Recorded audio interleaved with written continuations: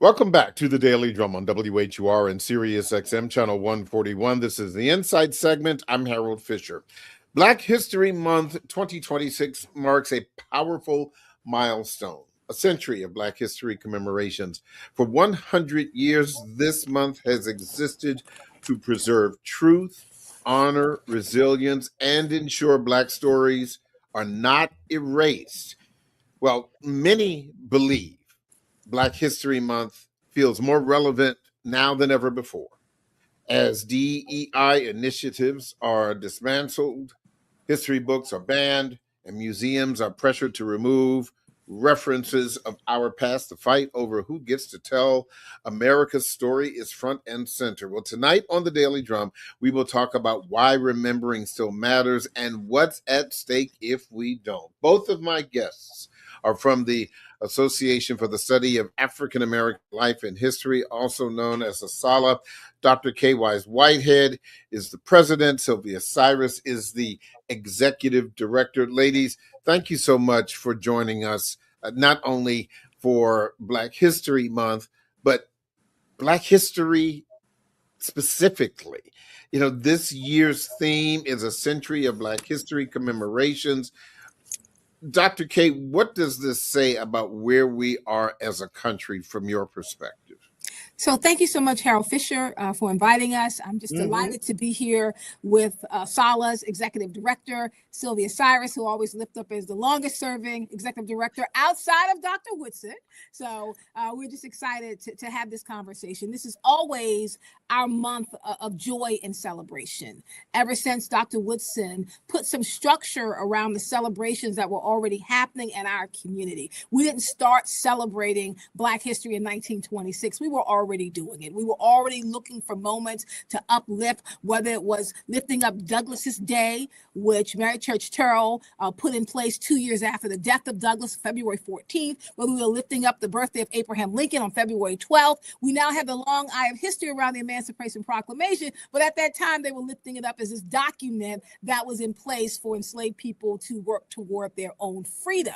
So when he put that structure around in 1926 and said we need to set a week aside, since we're already talking about Black history, since we're already teaching Black history, let's have this week where we're doing this in a more formal way, whether it's in schools or in churches, in communities, in barbershops, and beauty parlors. Let's make sure our community is doing the teaching. And it's spread like wildfire, Harold. We know that a good idea never stays hidden when people hear about it.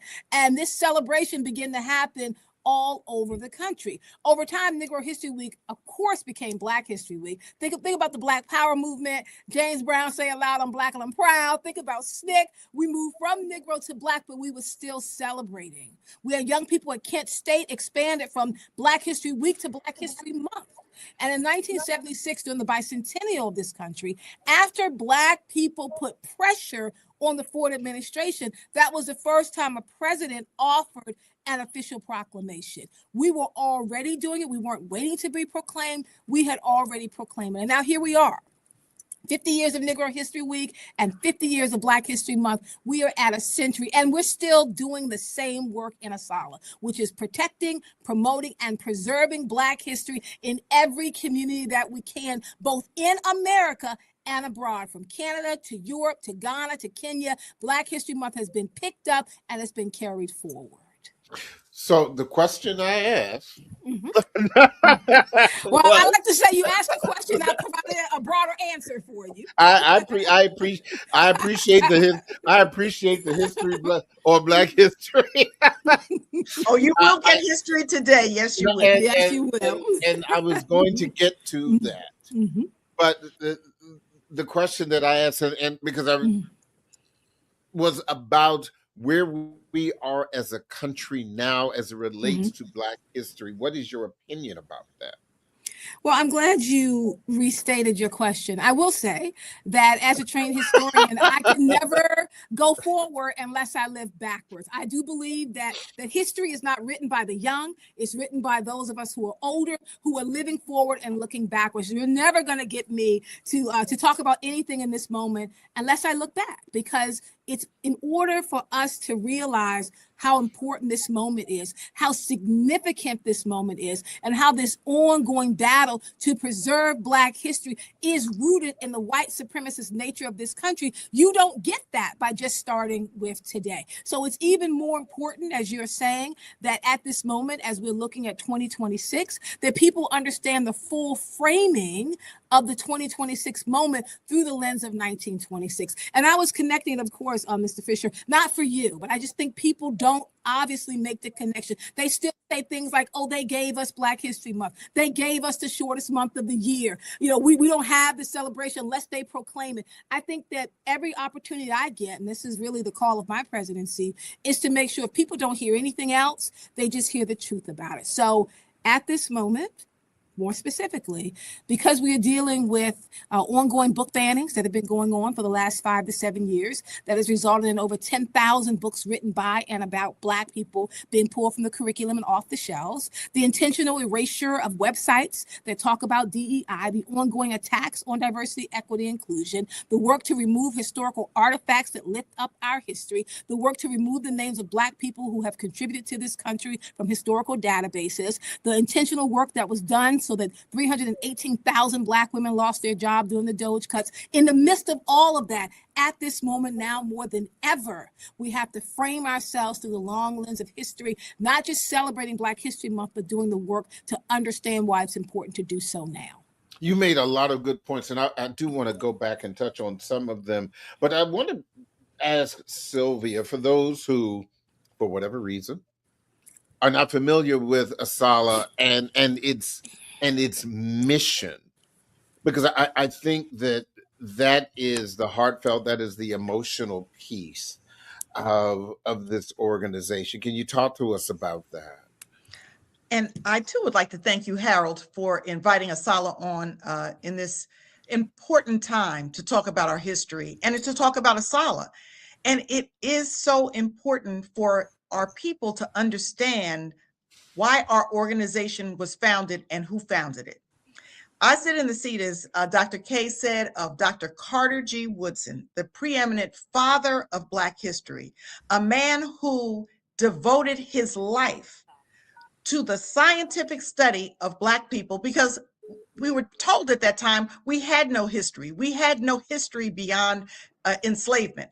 And he set out his life work, gave up all types of personal things in his life to be able to form this organization, to bring together like-minded people who were interested in the truth about the contributions of people of African descent, and that we would study it, we would write it, we would publish it, we would disseminate it, so that, as he said in the 30s, that ignorant spellbinders would not get up in front of classrooms and tell people information that was not correct. And nothing could be more important than that today.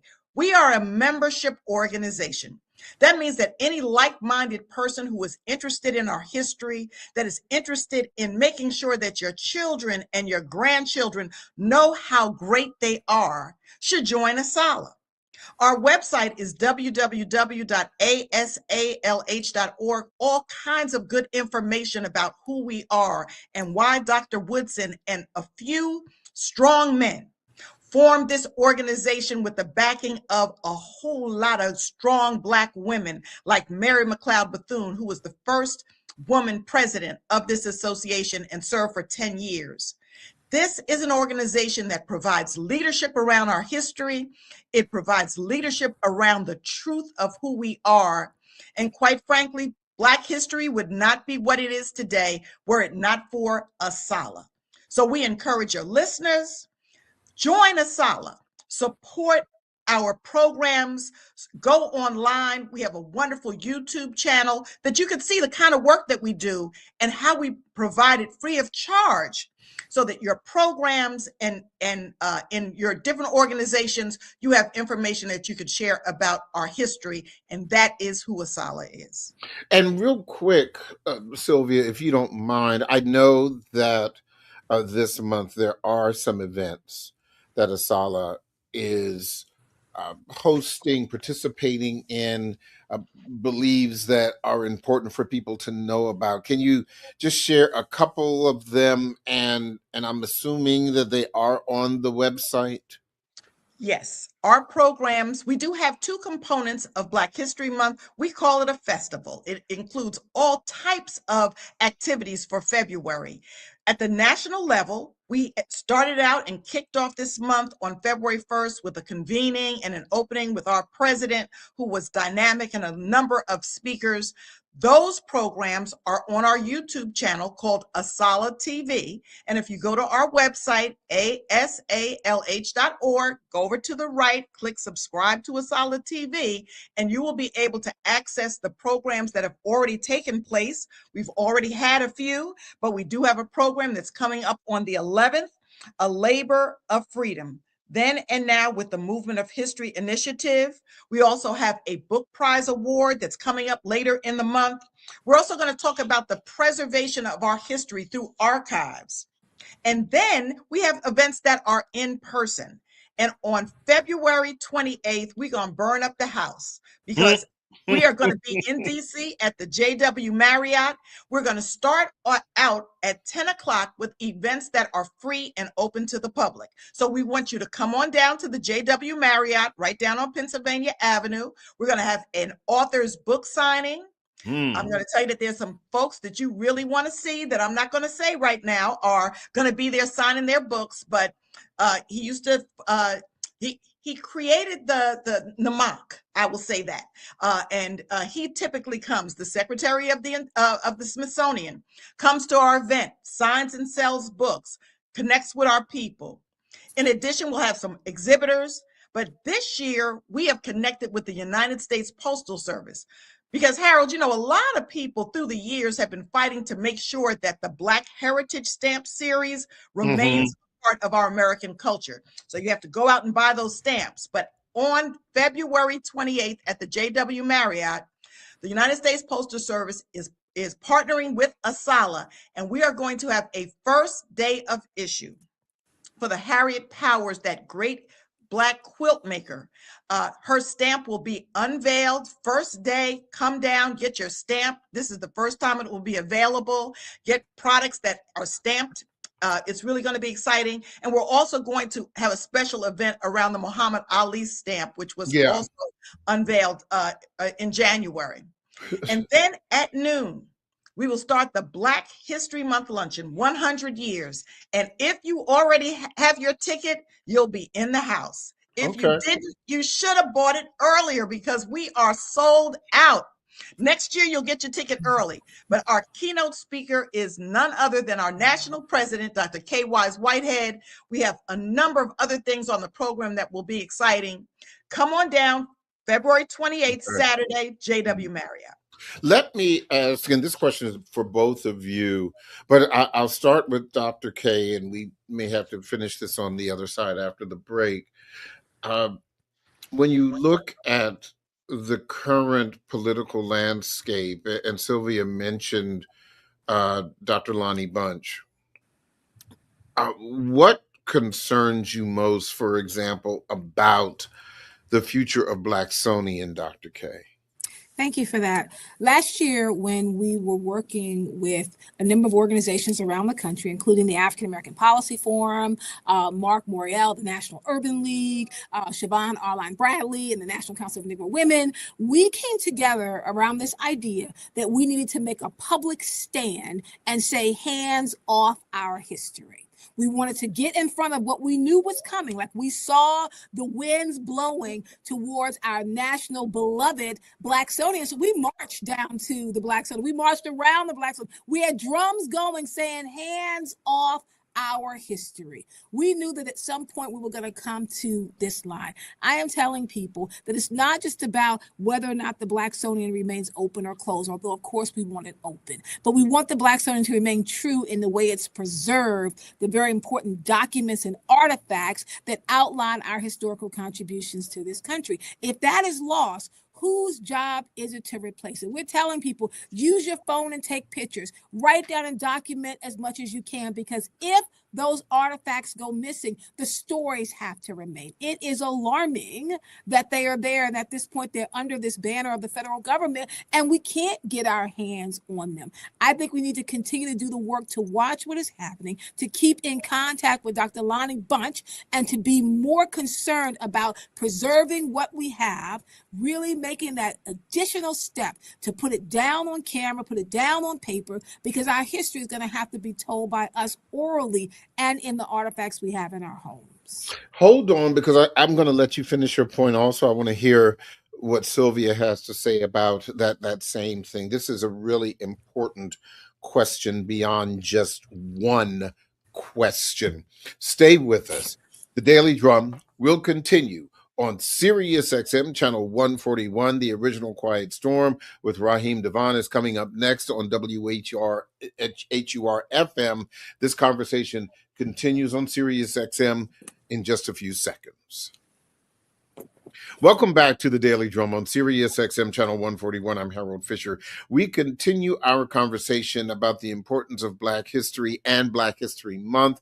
My guests are from the Association for the Study of African American Life and History.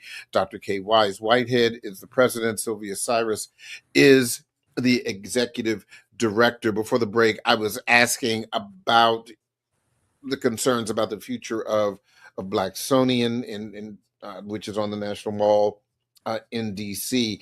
And you really kind of touched on that issue, Dr. K, about the possibility of losing, and what may be worse is the rewriting of history. Can I say it? Retelling, whitewashing, lying about, for example, the enslaved, changing the vocabulary from enslaved people and chattel slavery to workers, and we've seen that kind of thing before, Sylvia, and it looks like it is happening full force, because just a couple of weeks ago, Dr. Bunch had to submit a long list of items that the Trump administration found questionable and not in line with its philosophy about American history. Sylvia, what does that say to you? So I want to begin, and thank you, Harold, for that, by saying, listeners, we have a job to do every day, every year, every administration. When I went to elementary school, and that was a few years ago, when I read the history books, it said the slaves were happy because they knew that they had a place to stay and they knew where their next meal was coming from. And even as a sixth grader in Linden, New Jersey, when I read that, I knew something was wrong. Now, over the course of the next 50 years, we've made great strides in changing that history, but it wasn't that long ago that these same lies were published and promoted to our people, and our people being Americans. What we had back in the day, though, was that you would sit at your mama's knee or nana's knee, and they would tell you the truth about who you were. We have to be responsible for making sure that we never go back to the way it was by one. And this is something we can all do, those of us who are socially conscious. When you hear about something happening at the NAMAC, which is the National Museum of African American History and Culture, go on social media and say, this country would not be as great as it is without the contributions of African Americans, and we cannot suffer any losses at the museum. The social media does make a difference. And I've gotten that from very high up. You hear about anything happening in your local area about history, go on social media, and we can't sit and be silent. We've got to stand up and say it's not right, it's not telling the story, but we're always going to fight this fight, Harold. You know, I've been doing Asala for over 20 years, and I've been fighting with school administrators and others to tell the truth about our history. I've been told that John Hope Franklin wasn't really a historian, that the Tulsa race riots didn't really happen. There was not really a bombing. We're an unbelievable people. What we have done with so little is amazing. And if you're not trained on that history, you're going to believe it's impossible. So we have a responsibility to learn our history. That's the reason why organizations like Asala are so important. That's the reason why we have to make sure in our colleges and universities that Black history, Black studies still takes place. And we cannot sit back and be traumatized by it all and think there's nothing we could do. If the enslaved thought that there was nothing that they could do, we would still be in chains today. There is something that you could do. And even if what you do the first time doesn't work, try it the second time. If the second time doesn't work, keep on trying. But when you learn our history, and I've spent a lot of time over these past few years looking at Dr. Woodson, this one amazing person has made a difference. And your listeners are those one amazing people who can make a difference. That's what we have to do to save the Smithsonian and the Blacksonian, as some call it. That's not the only place where Black history is in the Smithsonian Institution. I'm on the U.S. Postal Museum board. There's Black history there. We're talking about the 6888 Postal Battalion, those Black women who were responsible for building the morale in World War II by getting out warehouses full of mail that no one else could do in record time. There are great stories in so many areas. So whatever your interest, dig in, learn, teach our children, and in the end, we will prevail. So on that point, Dr. K, when we talk about Black history and Black people, that's one thing. Some of us, I'm sure, like yourself, like Sylvia, like me, we heard it when we were growing up, from the time that we could understand it. If we didn't get it in school, we got it from our parents. Okay. But what about those other folks who do not look like us, who are constantly giving pushback, and or when they don't know even what we know, and they hear all of these difficult, I'm being politically correct, difficult stories about American history and the way this country was built and founded, what was done to Black people in this country, and what was done to Native, the Native people who were here. There's an article in the Washington Post today that the president wants to put a statue of Christopher Columbus on White House grounds. I saw that look, Dr. K. I saw that look on your face. It's one thing for us to learn about us, but I would argue for this country to move forward and to really understand the full scope of what America is. It is important for others to know about us, but it just seems that others don't want to know about us. Thank you for that question. I do want to start by just going back a little. I actually am someone that I do not believe that we should entrust our history in the hands of people who've always been meaning to oppress us and destroy us. I never thought that they should have been the keepers of our history, because when you keep and hold the history, then you have the power over whether it gets distorted, removed. Then all we're doing is still reacting rather than being proactive. Even though the history was taught on the hip, as Sylvia talked about, I push back against that, because a lot of folks teaching on the hip didn't know what they were talking about, or they were talking with anecdotal stories. Right. We need the actual teaching of our history in a more formal way in the spaces that belong to us. That's why Asala is doing freedom schools right now. Free schools in 9 places around the country. We're going to extend to 14 branches where people can come and learn the truth. Just being Black does not make you a historian of Black history. You can then embody the Black experience, but you got to be able to talk about the whole thing. So that's one. Second, when it comes to really challenging white supremacy, because that's what we're talking about, right? The white supremacist narrative. Or white ignorance. Or white ignorance to me is embedded in the foundation of white supremacy. White supremacy is built on white folks being ignorant about the truth of American history, right? That's part and parcel of what it means to build an entire foundation. You're also building on the fact that you're keeping Black folks ignorant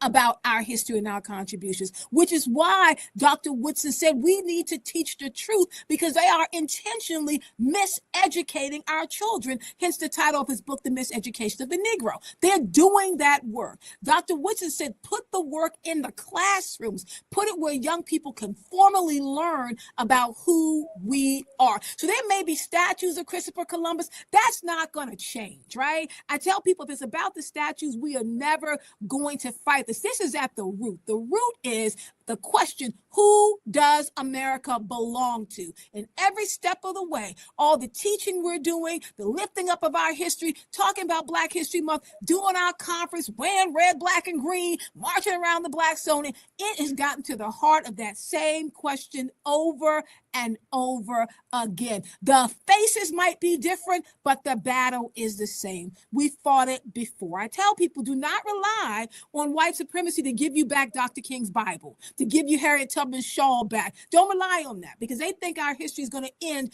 just in case we don't have the Bible. No, rely on the fact that you've got to learn that history for yourself, and you've got to tell someone, get the truth. We have all the documents that people need, whether it's the Journal of African American History, which used to be called the Journal of Negro History, that Dr. Carter G. Woodson launched in 1916. He's like, look, we need to have a place where we are publishing and in charge of our material. Whether you take the formerly called Negro History Bulletin, which is the Black History Bulletin, which is for teachers, elementary, middle, high school teachers, lesson plans. You can use that in the pulpit. You can use that in the beauty parlor. We've got to really be in control of not only learning the history, but teaching the history. And as for those who don't look like us, those who are not in alignment with the truth of American history, because not all white folks are not kinfolk. Some of them are in line with us. Some of them are fighting on the front lines to get that history out. But for the ones that are not, sometimes you got to do what the Bible says. I'm a PK, I'm a pastor's kid. Sometimes you got to dust off your feet at the gate, because if I spend all my time trying to teach people who can't even see beyond the whiteness of their ignorance, I'm throwing all of my pearls to the swine. We need to turn our attention to making sure that our community gets the truth, and anyone in alignment with our community gets the truth. And we need to hold on to the truth, because in the end, whether we have King's Bible or Tubman's shawl, it is the truth about who we are. That is what is going to stand, and that's what we have to teach forward. So what do you say to those who argue that focusing on Black history or racial history being divisive? How do you respond to those who say that Black history should be folded into American history without the specific recognition? Dr. K, and then Sylvia, please. Okay. Well, I start by saying, and with the latter part of what you say, I say Black history is American history. You actually cannot tell the American historical narrative if you don't start with, I don't know, the Boston Tea Party, and the first person to die was a Black and indigenous man, Crispus Attucks. You can't talk about the Revolutionary War if you don't talk about the Black men who were trading away their freedom so that they can help this country gain its independence around the Declaration of Independence. You can't talk about the Civil War if you don't talk about the colored soldiers coming down from the North, coming from Massachusetts, including Frederick Douglass's two sons going down south to fight, or Harriet Tubman leading Black soldiers through different plantations to free people. You can't tell American history without talking about the contributions of Black people. So Black history is American history. And as for the racialized narrative, I'm sorry, we live under a racialized cloud in this country. We have perfected looking at race through skin color. You've embedded into the law in 1657, you perfected it in 1658, and you've carried it forward since then. So don't tell me now Now that we're talking about trying to get to a place of equity, a place of inclusion, now you don't want to talk about race because people never get confused about George Washington. They get confused about George Washington Carver. Is it because each man contributed something different, or because one is white and is considered to be superior and one is black and one is considered to be inferior? Until that changes, we will use the lens set before us to bring about the equity that needs to happen. Sylvia? I think it's interesting as we look at this moment, what has led the current administration to take the stance that it has. And here is what is encouraging to me in all of that with all the work that we have been doing over this last 100 years, we are at a point where it has gotten into the highest places where I don't believe this narrative that, it's making people feel bad about themselves, because of course, if they were feeling bad about themselves, then maybe they would do something right so they could feel better about themselves. That assumes, that assumes that those people who would feel bad and would do something right are people of good conscience and moral standing. I'm sorry I said that. Anyway. I understand that. I got you, and I'm with you 100%. You have to be a humanitarian, and if you're not, it's going to be harder. But the reality is that if they didn't see a threat in that history, they would ignore it. So the fact that they've drawn attention to it, the little bit of sunshine out of this is more people who thought, oh, we're past race. Now that Barack Obama has been the president, we can look past racism, etc. Now people are saying, wait a minute, maybe you were right. Maybe it wasn't right that Barack Obama got called out for wearing a tan suit, and our current president doesn't get called out for all the atrocities that he does. So this is, I think, a moment where we're going to get some balancing out here. And as our president said, there's some good white people who are out there who are interested in this fight. And we're asking them to pick up arms with us, just as we always have, to help right the wrong. And I think that we will end up on the other side of this with more people on our side, because there are a whole lot of white folks that are going to realize that they are closer to us than they realize, that they need us more than they realized. We look at women's rights. Women's rights is riding on the back of civil rights of Black women and Black men. So once this story gets out, and I think as more people learn about it, it is more of a threat. But we are not going to stop fighting. We are not going to stop talking about it. We are not going to stop sharing about it. And we will make this a better nation after all of this foolishness is done, because this experiment called a democracy that we all believed in, and Black people especially, we believed in this democracy. Now we know that unless we're in it, it can't win. And in the end, we will prevail. Dr. K, when you think about what young people are not getting when it comes to Black history, what do you think are the long-term repercussions of them not getting a Black history education? Thank you for that. We are often met with such statements as people that don't know their history, they're doomed to repeat it. We know what Jimmy Baldwin, that some people call James Baldwin, said. History, I've never heard that, but Jimmy anyway, Baldwin, yeah. I've never heard Jimby Baldwin. It was Jimmy always, Baldwin. yeah, but anyway, go ahead. Always James Baldwin. Jimmy Baldwin, right? What they call him, coming out of Baltimore City. But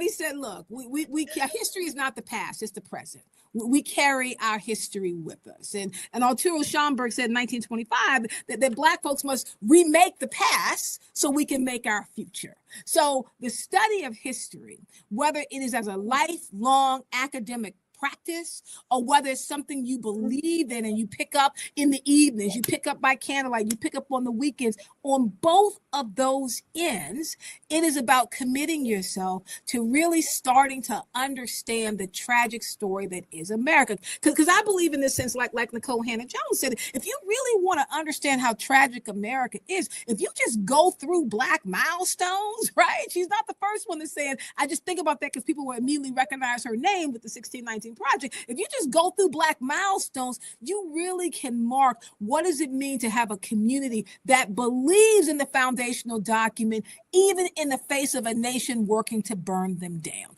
I don't think this democracy that we're in at this moment, whatever it is, I don't think it's going to stand. I do think it is burning down. I do think it's that burning house that Dr. King talked about. And I'm telling Black folks, let's stop running back in the house trying to grab things. Let's stop trying to put the fire out from the inside. Like, it's got to burn down. What do we build on top of the ashes? What actually do we want to have happening? If it's going to burn anyway, let's imagine what actually could happen when those foundational documents written by flawed men, but the documents themselves talks about having a society where people's voices do matter, that content of character does matter. And if you are openly and blatantly committing crimes with children, that you go to jail, because that actually does matter.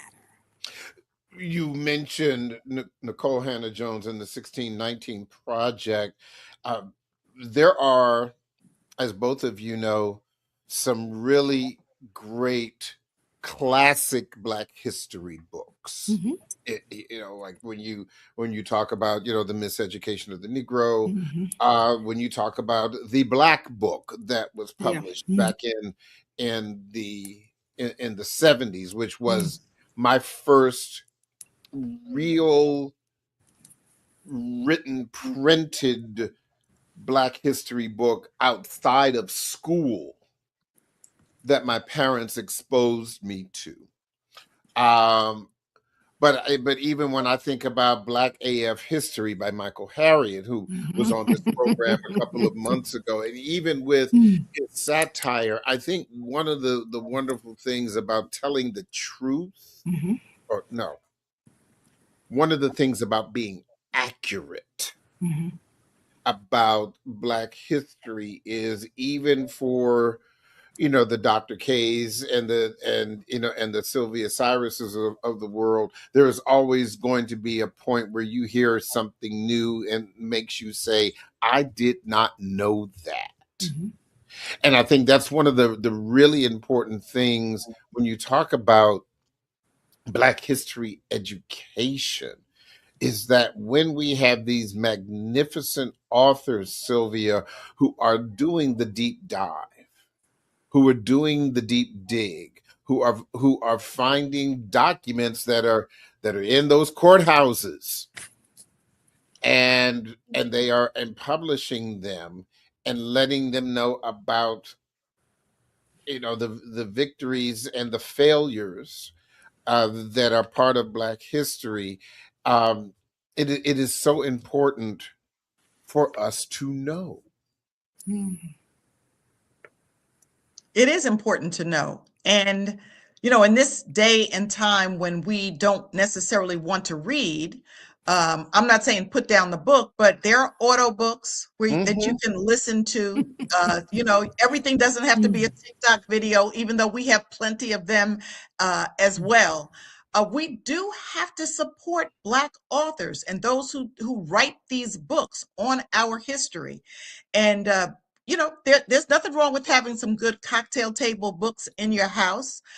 There's nothing wrong with buying, and I try to do this wherever I go, pick up some children's books. And even if you read a good children's book and then pass it on to our youth, I think that's important as well. But as Dr. K said, and of course, as Dr. Woodson said, we do have to educate ourselves, and we have to properly educate ourselves. And we at ASALH are committed to working with our historians and those people who love Black history and teaching this information. And that's the reason why we encourage people to join ASALH. Come be a part of this fight with us. We are warriors. We are on the battlefield. We are running to the fight. We are not backing down. And if we all lock arms together around the research, promotion, and publications that we know that we need to have, again, we'll be a better nation. And we will push back, just like we've done in the past, on this ignorance. There are always going to be some of them, but we will be better educated. Let me ask you this, Dr. K, as I get into your business. As a history scholar, what what is it over the course of these many years that you have learned about yourself or has Mhm. surprised you about yourself? Mm. Mm. That's actually a really good question.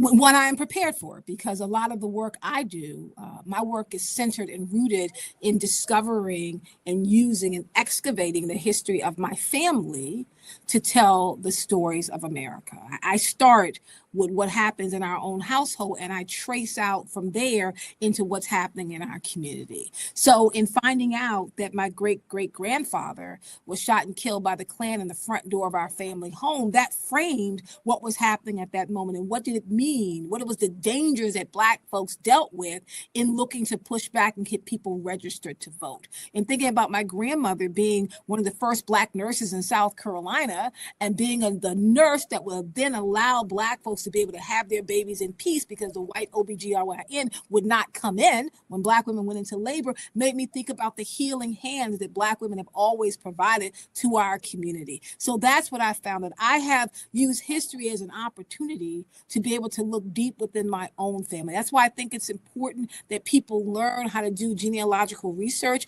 which is what I teach people how to do. How do you start with your story? Something that Judge Quander, who was a lifelong ASALA member, a former judge in Washington, D.C., may he rest in peace and power. He said, you don't have to be famous to be remembered. You just have to do the work to make sure that the story is being told. That's the work I do. It's not just about doing another autobiography of Dr. King or a wonderful autobiography of Mary Church Terrell. It's like, who are the unknown, the foot soldiers who've just stood up in this country, gone to bed tired, and gotten back up again? Who are those stories that need to be told? My work is centered around going into the communities of Baltimore City, finding and telling those stories. Yeah, and one of the things that I've been doing over the past, I don't know, handful of years is is is listening or reading those books, because Lord knows for this job you got to read so much. you know but I'm